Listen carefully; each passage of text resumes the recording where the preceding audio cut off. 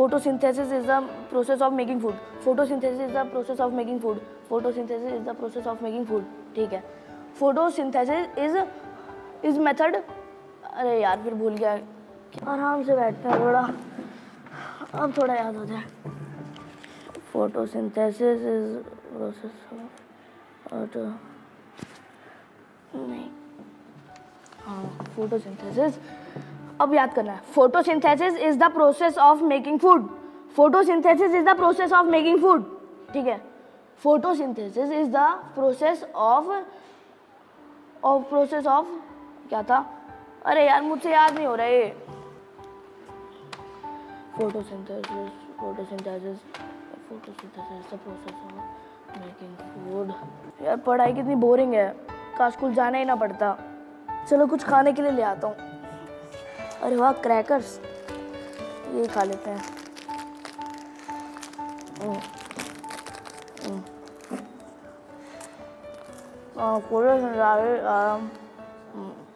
Photosynthesis is the process of making food.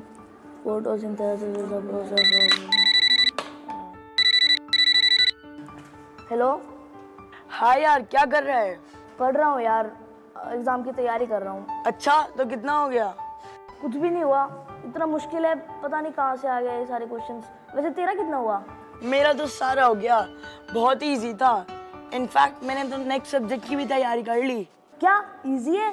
फिर मुझसे क्यों नहीं याद होता? मैं यहाँ पे यही अदिति जी आपसे पूछना यही चाहूँगी कि ये जो मेमोरी सिस्टम है, ये गुड मेमोरी, बैड मेमोरी, ये होता क्या है एक्चुअल में? या वाकई में ही किसी की मेमोरी अच्छी होती है और किसी की वीक होती है, या सिर्फ एक ये परसेप्शन है हम लोग का? ये बहुत अच्छा क्वेश्चन है, क्योंकि अधिकतर लोगों के दिमाग में ये चीज़ रहती है कि उसकी मेमोरी बहुत अच्छी है या मेरी मेमोरी अच्छी नहीं है. और ये एक तरीके से हम सिचुएशन से भागते भी हैं कहते हुए कि मेरी तो मेमोरी अच्छी नहीं है. जबकि रिसर्च ये बताती है कि ऐसा कुछ नहीं होता. बैड मेमोरी या गुड मेमोरी की ऐसी कोई बात नहीं होती. It's like trained and untrained memory. Like हर एक व्यक्ति का, हर एक मनुष्य का जो दिमाग है उसका पोटेंशियल बहुत है. इनफैक्ट मैं यहाँ बताना चाहूँगी कि हमारे दिमाग में लगभग 1 ट्रिलियन सेल्स होते हैं जिनको न्यूरॉन्स बोलते हैं. और वो हर एक न्यूरॉन ऐसे थाउजेंड्स ऑफ न्यूरॉन्स के साथ कनेक्टेड होते हैं. और हर एक कनेक्शन जो होता है it can hold many memories, may be hundreds और थाउजेंड्स ऑफ मेमोरीज. तो इन नटशेल हम कह सकते हैं कि इतनी मेमोरीज हमारे दिमाग में स्टोर हो सकती है, इतनी इन्फॉर्मेशन स्टोर हो सकती है जितना 500 एनसाइक्लोपीडियाज में डेटा होता है या इंफॉर्मेशन होती है. तो हम सब में है वो potential. We all have equal hardware. Yes, it's all about how you use it and in what way you use it. तो इसीलिए गुड या बैड मेमोरी नहीं, बल्कि आई वुड से कि ट्रेंड और अनट्रेंड मेमोरी. अच्छा अदिति जी, मेमोरी को बढ़ाने के लिए कोई स्टेप्स भी हैं? हाँ, डेफिनेटली मेमोरी को बढ़ाने के स्टेप्स हैं, लेकिन उससे पहले मैं ये बताना चाहूँगी कि मेमोरी के स्टेप्स क्या हैं. तो उसको हम समझ सकते हैं 3 R's से. So what are these 3 R's? One is registration of memory, second is retention of that memory, and third is recollection of that memory.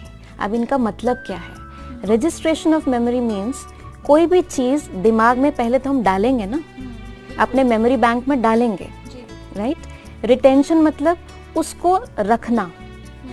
जब तक हम उस इंफॉर्मेशन को अपने दिमाग में रखना चाहते हैं उसको रखना भी ज़रूरी है. क्योंकि मान लीजिए आपने याद तो कर लिया, आज याद किया कल भूल गए, तो ऐसी मेमोरी को तो ना, वही होता है. हाँ, तो अगर हम दिमाग में उसको रख ही नहीं पा रहे जब तक हमें वो चाहिए, तो तब तक उस मेमोरी का तो कोई फ़ायदा ही नहीं है. तो उसको अपने दिमाग में रखना भी इम्पॉर्टेंट स्टेप है. और फिर जो तीसरा स्टेप आता है वो है रिकलेक्शन.